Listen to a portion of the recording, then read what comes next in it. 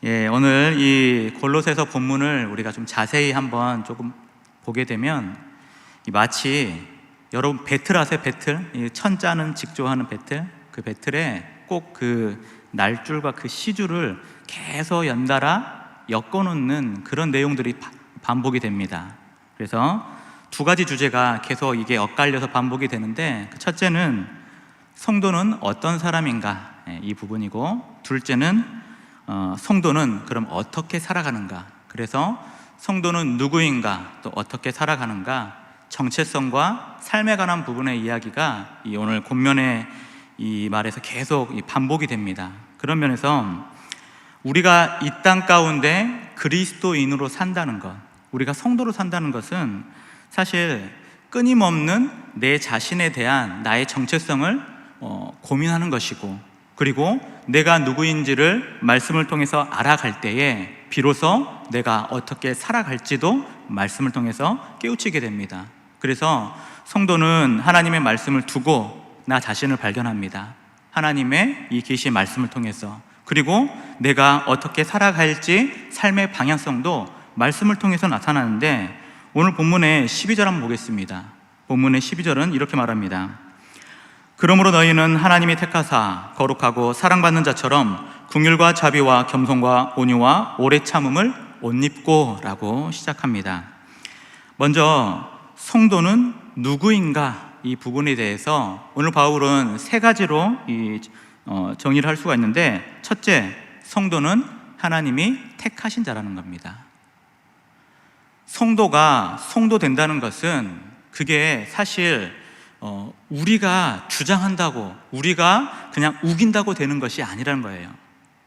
그리스도인이 된다는 것, 물론 우리가 믿음으로 말미암아 그리스도인이 됩니다. 그러나 그 전에 우리가 성도로서 우리가 온전히 서는 것, 성도로서 정체성을 갖는 것은 가장 먼저는 하나님의 택하심. 에베소서 1장 4절 보겠습니다. 곧 창세전에 그리스도 안에서 우리를 택하사 우리로 사랑 안에서 그 앞에 거룩하고 흠이 없게 하시려고 하죠. 언제 우리를 택했죠? 언제? 그리스도 안에서 택했는데 언제예요? 창세전.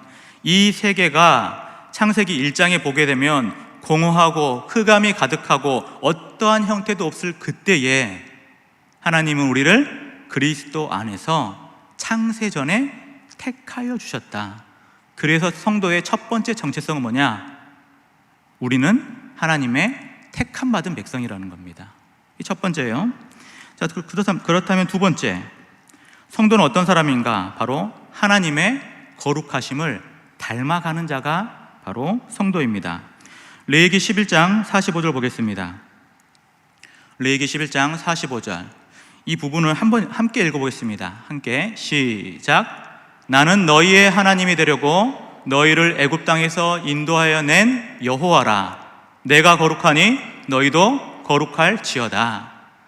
창세전에 그리스도에서 하나님 우리를 택하시고 이 땅 가운데 우리가 이제는 하나님의 은혜로 태어났을 그때에 하나님은 그 백성들을 향해 친히 찾아와 주시고 친히 은혜를 베푸사, 이스라엘 백성들은 애굽에 종살이하고 있을 그때에 하나님이 그들을 건져내시고 나 여호와가 거룩하니 너희도 거룩할지어다. 그래서 성도라는 것은 거룩한 무리라는 뜻이에요. 거룩한 무리, 죄와 구별된 거룩한 무리가 바로 성도의 뜻입니다. 그 다음에 세 번째가 있는데, 바로 성도는 하나님께 사랑받는 자입니다. 사랑받는 자. 그 사랑은 차별이 없어요. 우리가 하나님께 택함을 받고 이 거룩함을 추구하는 이 믿음의 삶을 사는 그 모든 이면에는 조건 없이 택해 주신 하나님의 사랑, 우리는요 아무런 능력도 자격도 어떠한 것도 우리 내세울 것이 없지만 하나님이 우리를 택했습니다. 그 택함은 신비예요. 신비. 왜 택했는지 우리 모릅니다. 그러나 단 한 가지 알 수 있는 것이 있는데, 하나님이 우리를 택하심은 하나님의 그 기쁘신 뜻대로 우리 택했다는 거예요. 그것뿐인 겁니다. 모르겠어요, 왜 우리를 택했는지. 아무런 자격도 조건도 어떠한 능력도 갖추지 못한 우리를 하나님은 택하셨습니다. 그러나 그것이 하나님의 작전 가운데, 하나님의 미리 정하신 일 가운데 우리를 택하주시고 불러주셨다는 것, 그냥 그 자체가 우리에게는 감사의 제목이라는 거예요. 이 땅 가운데 택해주시고 불러주시고 우리를 자녀 삼아주시고 사랑해주신 것, 그 사랑도 어때요? 하나님은 그 사랑을 확증하기 위해서 자신의 독자 예수 그리스도도 아끼지 않고 우리에게 내어주신 바 되어서 자신의 사랑을 확증했던 그 하나님의 사랑을 받은 자가 곧 성도다. 바로 이런 면에서 성도의 정체성은 하나님이 택하신 자, 거룩하심을 닮아가는 자, 하나님께 사랑받는 자가 바로 성도입니다. 여러분 믿으십니까? 여러분이 택하신 자요, 하나님께서 불러주시고 거룩하게 그 삶을 추구하게 만들어갈 그 인생길에 은혜를 베푼 자, 하나님의 사랑을 입은 자란 겁니다. 그렇다면 이제 이 세 가지 공통점을 잘 보게 되면 한 가지 재밌는 것이 있는데, 본문 12절 다시 한번 보겠습니다.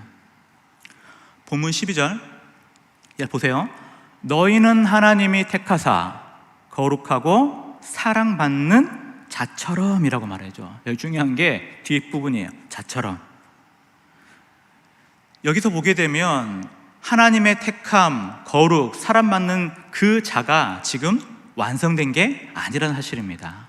이게 무슨 말이냐면, 우리의 믿음은 큰 특징이 하나 있는데, 우리의 믿음은 예수님을 내가 믿음으로 말미암아 우리의 신분은 즉각적으로 변화가 돼요. 하나님의 자녀가 됩니다. 그래서 우리는 하나님께 아버지라 부르며 기도하죠. 자녀가 되는 권세를 즉각적으로 받아요. 근데 또 하나 문제가 있습니다.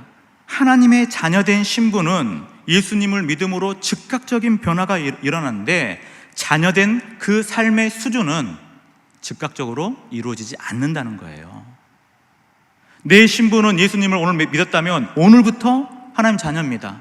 그러나 내가 오늘 믿었다고 해서 내가 그 믿음의 장성한 분량을 오늘 하루에 다 이루는 것은 아니라는 거예요.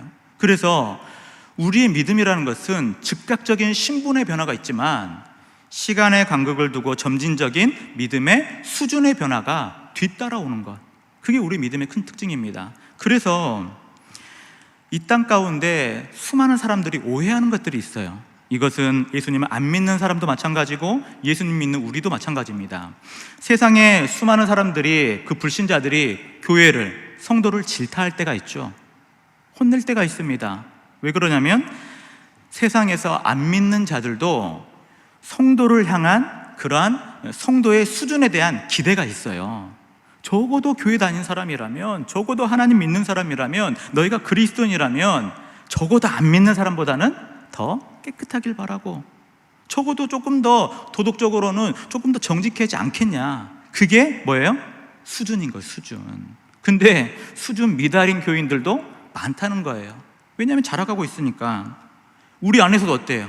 우리 안에서도 서로를 볼 때 가끔 답답함이 느껴질 때가 있습니다. 답답함이. 저 사람 신앙생활 얼마나 했는데 아직도 저런 연약한 모습이 있을까? 저 사람은 직분자 아닌가? 집사고 권사고 장로고 목사인데 어떻게 저럴 수가 있는가? 여러분 실망할 때 있지 않나요? 실망할 때 그 사람에 대해서. 근데 그것도 일정 부분은 오해인 거예요. 왜냐하면 우리가 성도로서의 정체성을 가졌다 하더라도, 우리의 신분이 성도로서 하나님 자녀로서 변화됐다 할지라도 우리의 수준, 이것은 각각이 다 조금씩은 다른 거예요. 어떤 사람은 그 믿음의 성장이 더딘 사람도 있고 빠른 사람이 있겠죠. 그런데 문제는 조금 더디가는 사람들이 우리의 마음에 큰 상처를 줄 때가 있고, 힘들게 할 때 있고, 어려움 줄 때가 있죠. 세상이 볼 때도 저 사람 정도는 저건 믿는 사람이 아닌 것 같은데 질타할 때가 있다는 겁니다. 그러나 중요한 것은 우리의 믿음은, 믿음으로 말미암아 신분은 즉각적인 변화, 그러나 수준은 어때요? 시간이 조금 필요하다. 그래서 오늘 바울은 뭘 말하냐면, 바로 그러한 면에서 우리의 믿음의 수준을 향한, 그리고 우리의 믿음의 그런 성장과 더 나아가서 거룩한 하나님을 닮아가는 성화의 과정 가운데 너희가 그리스도로 옷 입어라, 이 부분들을 강조하고 있습니다. 그래서 보게 되면 오늘 본문의 12절 다시 한번 보겠습니다. 그러므로 너희는 하나님이 택하사 거룩하고 사랑받는 자처럼, 여기까지는 우리의 성도의 어때요? 사실은 정체성이죠.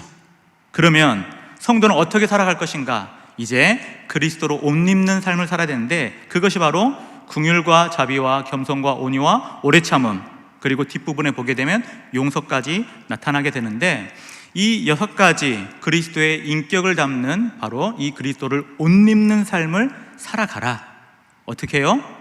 거룩하고 사랑받는 자처럼 너희가 이렇게 살아가는 거예요. 참 재밌죠? 사랑받는 자처럼, 거룩한 자처럼, 택하심 받은 자처럼 너희가 살아가라. 그 탁월한 기독교 변증가인 C.S. 루이스가 있습니다. 그의 책에 순전한 기독교라고 정말 유명한 책이 있어요. 근데 거기 보면 4챕터에 보게 되면 가장합시다 라는 제목의 내용이 있습니다. 이 가장이라는 것이 가면을 쓴다는 말이에요. 가면을 씁시다, 그 제목이 있는데, 그 이야기 안에 보게 되면 어떤 이야기 있냐면, 어떤 남자가 있습니다. 얼굴이 못생겼어요.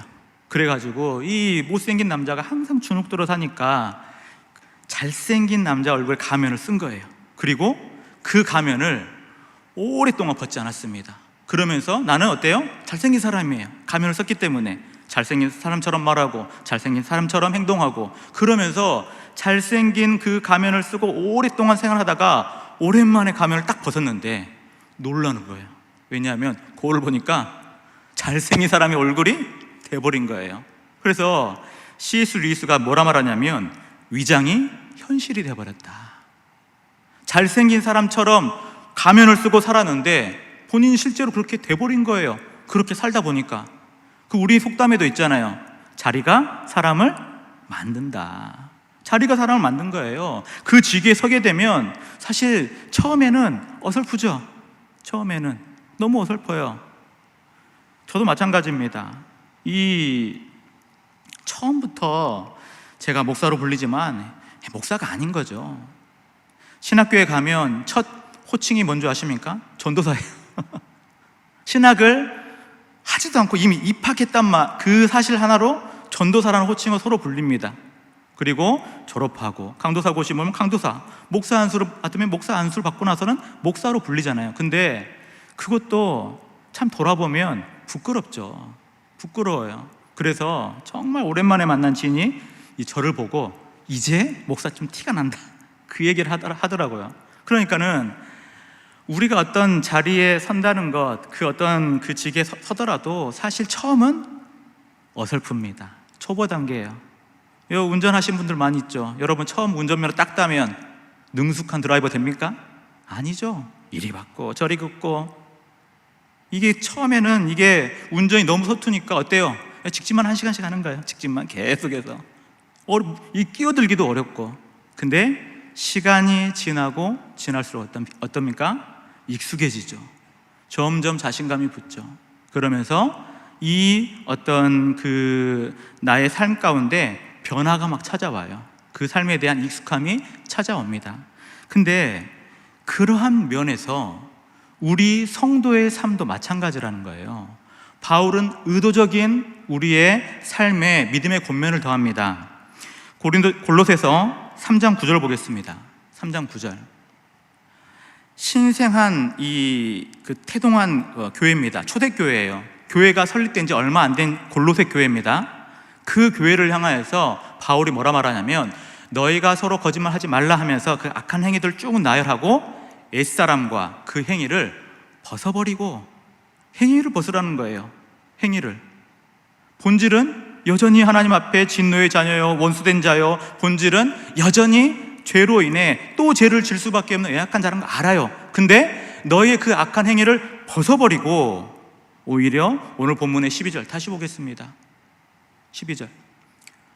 너희는 하나님이 택하사 거룩하고 사랑받는 자처럼 긍휼과 자비와 겸손과 온유와 오래 참음을 옷 입어라. 한마디로 요약하면 죽었던 너의 옛 죄악의 본성은 벗어버리고 그리스도로 옷 입어라. 그것이 우리를 변하게 한다는 거예요.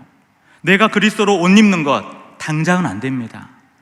신분은 변화가 되는데 수준은 당장 변화가 되지 않는 거예요. 그럼에도 불구하고 그 수준의 변화에 이르기까지 마치 배틀에 천을 짜서 이 천감을 딱 대는 것처럼 시줄과 날줄을 계속 교차하면서 어때요? 하나의 천이 딱 완성되기까지 우리의 삶도 끊임없는 내가 누구인지, 나의 정체성을 내가 하나님의 말씀을 통해서 깨우치고, 또한 내가 어떻게 살아갈 것인가, 말씀을 통해서 또 나의 삶의 방향과 좌표를 딱 찍어놓고 계속해서 점진해서 믿음의 성장을 이루라는 거예요. 그게 그리스도로 옷 입는 겁니다. 수준의 변화예요. 수준의 변화, 수준의 점진적인 성화의 과정을 거치는 것이 그리스도로 옷 입는 것. 바로 그러한 면에서 이 바울은 오늘 본문에 6가지로 나오게 되는데, 우리 12절 다시 한번 보겠습니다. 자주 보죠. 12절 여기 보게 되면 긍휼, 자비, 겸손, 온유, 오래 참음, 그 다음 절 한번 보겠습니다. 그 다음 절에 그리고 용서까지가 그리스도로 우리가 옷을 입는 바로 그리스도의 인격, 그리스도의 품성이라 할 수 있습니다. 6가지가 나오는데 2개씩 짝을 지어보면 참 재밌는 게 결과 나타나요. 서두에 말한 것처럼 우리의 성도의 삶은 내가 누구인지 어떻게 살아간지잖아요. 자, 한번 보겠습니다. 먼저 긍휼과 자비입니다. 긍휼과 자비. 성도로 살아간다는 것은 먼저는 긍휼을 베푸는 삶이에요. 긍휼을 베푸는 삶. 그것이 바로 예수님께서 우리에게 보여주는 가장 핵심의 사실은 모습인데, 왜 그러냐면 긍휼하다, 쉽게 말하면 불쌍히 여기는 거죠. 상대방을 불쌍히 여기는 것. 하나님이 우리의 이 모든 그 본성의 깊은 죄악을 알고도 하나님 우리를 어떻게 여겼어요? 불쌍히 여겼어요. 죄밖에 지을 수 없는 너희를 내가 불쌍히 여긴다. 하나님이 불쌍히 여겼습니다. 근데 그 불쌍히 여기는 마음이 우리의 서로의 인간관계에도 동일하다는 거예요. 왜냐하면 서로를 긍휼히 여기는 것, 서로를 불쌍히 여기는 것이 우리의 모든 인간관계를 푸는 마스터키예요. 마스터키. 인간관계의 모든 문제는 서로 긍휼히 여길 때, 서로 불쌍히 여길 때 모든 문제가 풀립니다. 관계 회복은 사실은 다른 것에 있지 않아요. 관계 회복은 가끔 관계가 삐그덕하는 관계들이 있죠. 어려움이 있죠. 상대방이 나한테 뭐 잘못을 했을 수 있고 내가 뭐 또 잘못했을 수가 있는데, 그 면에서 쌍방이 서로를 긍휼하게 여겨줄 때 그 관계는 회복이 됩니다. 마치 본질상 진노의 자녀여 원수된 우리가 하나님 앞에 나아가지 못할 때 하나님 어떻게 여겨줘요? 긍휼히 여겨주니까 어때요? 관계가 회복이 되죠. 인간관계도 마찬가지예요. 그래서 우리는 긍휼히 여기는 면을 가지고 살아갈 때에 우리 삶이 복되기도 하고, 그것이 우리의 모든 인간관계 문제를 푸는 마스터키가 되는 거예요. 그래서 예수님도 우리에게 이렇게 가르칩니다. 마태복음 5장 7절, 팔복중 내용이죠. 마태복음 5장 7절에 보게 되면 긍휼히 여기는 자는 복이 있나니 그들이 긍휼히 여김을 받을 것이며, 긍휼을 낳고 긍휼이 서로의 관계를 회복시켜주는 마스터키가 되는 이유가 여기 있는 거예요. 그러면서 이 긍휼한 마음을 가지고 살아가는 정체성이 결국 무엇을 낳냐면 우리 안에 행동을 낳게 되는데, 그게 바로 자비인 거예요. 자비. 받을 만한 자격이 없는 자에게 내가 값없이 베푸는 은혜, 그게 자비입니다. 상대방은 자격이 없어요. 그럼에도 불구하고 내가 값없이 베푸는 그 은혜, 그게 내 삶 가운데 드러났을 때, 내가 믿음을 가지고 나의 정체성을 가지고 내가 긍휼히 여기는 그 마음 가운데 나의 삶의 실천은 자비로 나타나는 거예요. 자비로. 그러니까 여러분 삶 가운데 긍휼이 아무리 말로만 떠들어도 자비가 없으면 그건 진짜 긍휼이 아닌 거예요. 아무리 불쌍히 여긴다 할들 여러분 용서하지 않고 값없이 은혜를 베풀지 않는다면 그건 진짜 자비가 아닌 거예요. 그래서 긍휼과 자비가 짝지어서 함께 갑니다. 두 번째입니다. 두 번째는 바로 겸손과 온유죠. 겸손. 이 겸손과 온유는 사실 예수님께서 본인이 스스로 나타낸 이 품성이죠. 마태복음 11장 29절입니다. 마태복음 11장 29절. 나는 마음이 온유하고 겸손하다 라고 하면서 그 겸손과 온유함의 대명사는 바로 예수님입니다. 그러면서 이 예수님의 그 겸손이 어디까지 나타나냐면, 사실은 예수님의 겸손은 하나님의 본체 그 자체이신 예수님이 성육신, 인간의 몸으로 온 이 땅 가운데 온 그 자체가 최고의 겸손이에요. 하나님이 인간의 몸으로 온 것, 그것이 최고의 겸손한 자세입니다. 바로 그러한 면에서 이 초대 교부에 이 교회의 아버지라 불리는 시대가 있습니다. 근데 그 교부들 중에 정말 유명한 성 어거스틴이 있어요. 어거스틴. 그 어거스틴이 우리 뭐 신학으로 치면 삼위일체 신학을 잘 정립한 위대한 신학자이기도 합니다. 근데 그 어거스틴의 제자가 있었어요. 근데 제자가 어느 날 선생님, 겸손이 우리 인간의 가장 제일 되는 덕목이 무엇입니까? 어떻게 사는 것이 제일입니까? 그랬더니 어거스틴이 첫째는 겸손이다 라고 알려줘요. 그리고 둘째는 겸손이다, 셋째는 겸손이다 라고 알려줘요. 그랬더니 제자가 아니 그러면 겸손이 무엇입니까? 물어보는 거예요. 자꾸 겸손만 반복하니까 겸손은 교만하지 않는 것이다 라고 알려줍니다. 교만하지 않는 것이 겸손이다. 그래도 제자가 이해가 안 돼서 그럼 교만하지 않는 것이 무엇입니까? 라고 했을 때 이 어거스틴이 뭐라 말하냐면 자기가 겸손하다 말하는 그게 교만이라는 거예요. 그래서 겸손함은 어떻게 나타나냐면 사실은 온유함으로 나타나는 거예요. 온유함으로. 겸손이라는 나의 정체성을 가졌다면 그 겸손은 온유함으로 나타나는데, 이 온유란 말이 사실은 오해가 많습니다. 그냥 말 들으면 부드럽고 따뜻한 이미지가 그려지죠. 온유하다. 근데 성경에서 말하는 온유함은 이 성격이 조금 다릅니다. 성경에서 말하는 그 온유함이라는 것은 바로 절제된 파워, 그러니까는 내가 절제하는 힘이라, 통제되는 힘이라 할 수 있어요. 힘. 무슨 말이냐면 내가 힘을 써서 뭔가 할 수 있음에도 불구하고 그것을 참아내는 것, 그게 온유함이에요. 그게 내가 능히 할 수 있습니다. 근데 참아내요. 상대방을 위해서 참아내는 것. 그래서 뭐 구약에 보게 되면 대표적인 인물들이 있습니다. 뭐 예를 들면 요셉 같은 경우에 애굽의 총리가 됐습니다. 애굽 2인자잖아요. 모든 걸 할 수 있죠. 형제들을 왔을 때 사실은 복수할 수도 있었어요. 그러나 복수하지 않는 그것, 내가 힘을 가졌고 얼마든지 힘을 써도 나에게 아무런 해가 없죠. 그럼에도 불구하고 내가 참아내는 것. 심지어 이 이스라엘 백성들 안에는 모세가 있죠. 선지자 모세. 하나님이 그를 말하기를 온 지면에 모세보다 온유한 사람은 없다라고 합니다. 왜 그러냐면 출애굽의 그 당시에 이스라엘 백성들이 광야에서 몇 년 동안 헤맸습니까? 몇 년 동안? 40년 동안 헤매죠. 근데 40년 동안 뭐 한 줄 아세요? 맨날 불평, 불만, 원망, 낙심, 좌절, 슬피 울고 끊임없이 모세를 대적하고, 근데 모세가 그걸 다 참아냈다고요. 얼마든지 그들을 칠 수 있음에도 불구하고 모세가 그거를 참아냈을 때 하나님이 그를 온유하다고 인정해 주는 거예요. 그래서 우리의 겸손은 온유함으로, 내가 할 수 있음에도 불구하고 나를 낮춰놓고 참아내는 것.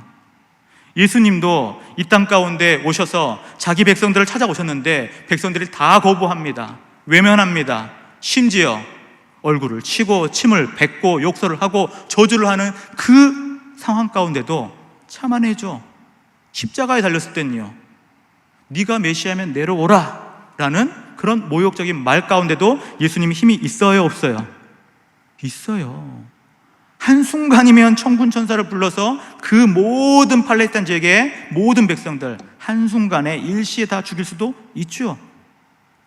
그런데 겸손하게 그 온유함으로 참아내는 것, 그게 겸손한 자가 온유함의 행함으로 나타내는 그런 그리스도의 품성이라는 거예요. 바로 그 면이 바로 겸손과 온유함. 그리고 마지막 세 번째입니다.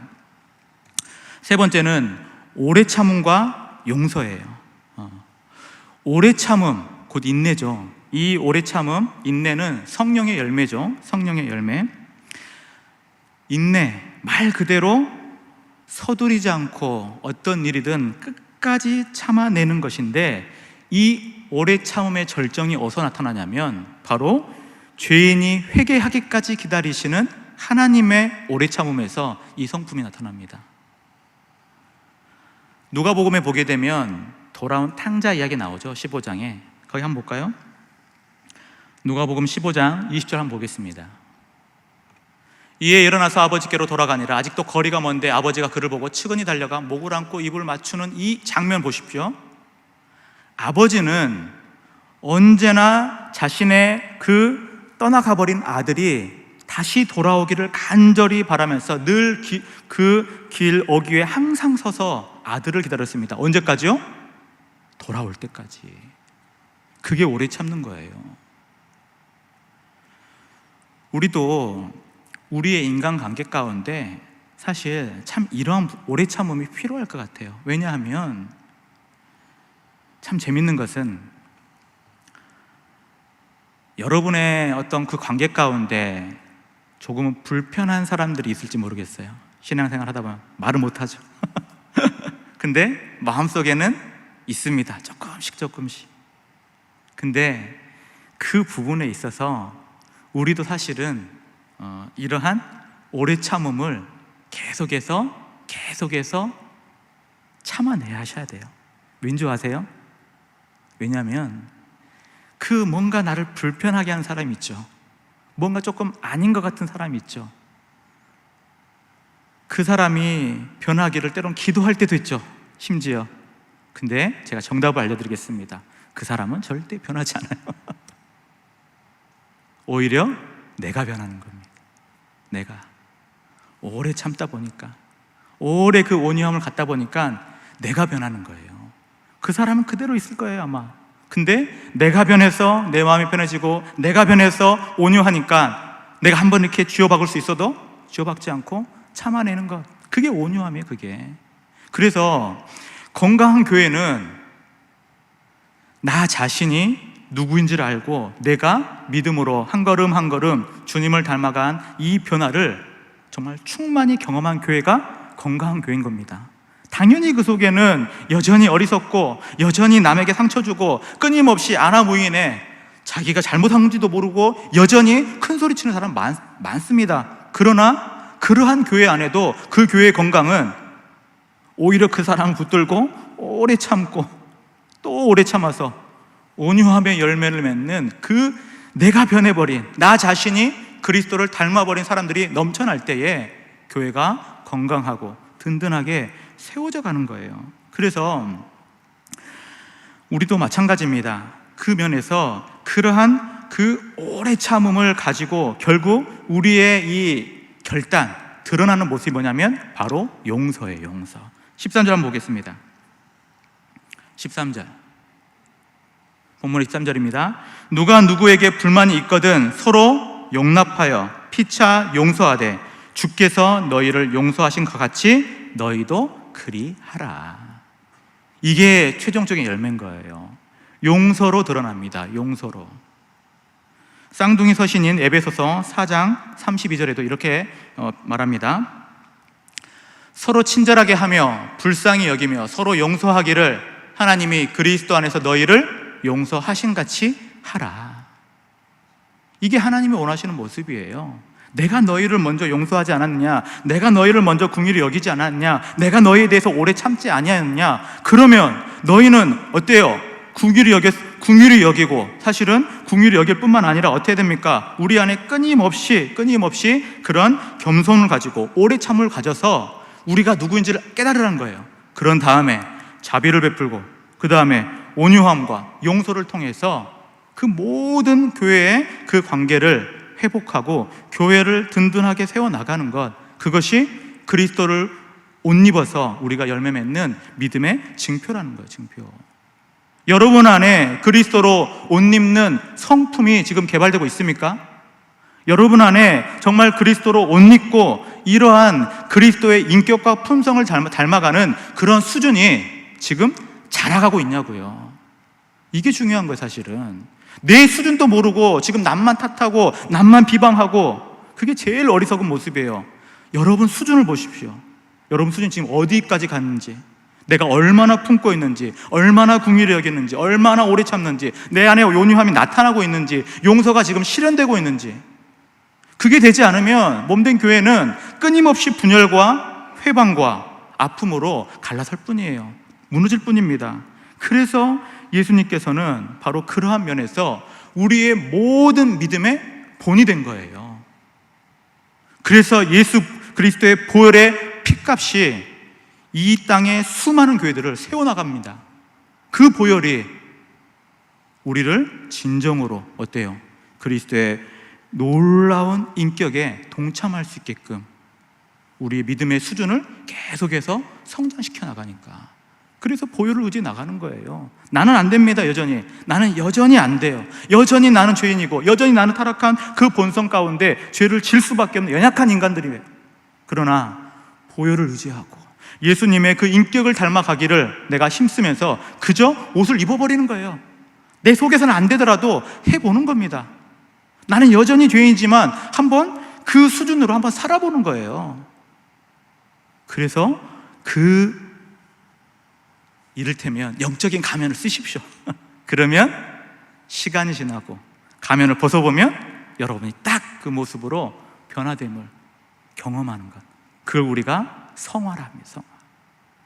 바로 이러한 면에서 우리 모든 성도들, 하나님은 여러분들에게 그리스도의 장성한 분량에 이르기까지 여러분의 믿음이 자라기를 간절히 소망하십니다. 이제 우리가 할 것은 우리에게 방향을 가르쳐 줬죠. 우리가 누군지 알려주셨죠. 이 두 가지를 말씀을 통해서 깨우치고 내가 누구인지 고민하고 내가 어떻게 살아갈지 믿음의 방향을 딱 잡고 이제는 그리스도로 옷 입어서 이 땅 가운데 이 교회 안에 든든하게 믿음의 성도로 세워지는 우리 모든 주의 백성들 되시기를 주님의 이름으로 축원합니다.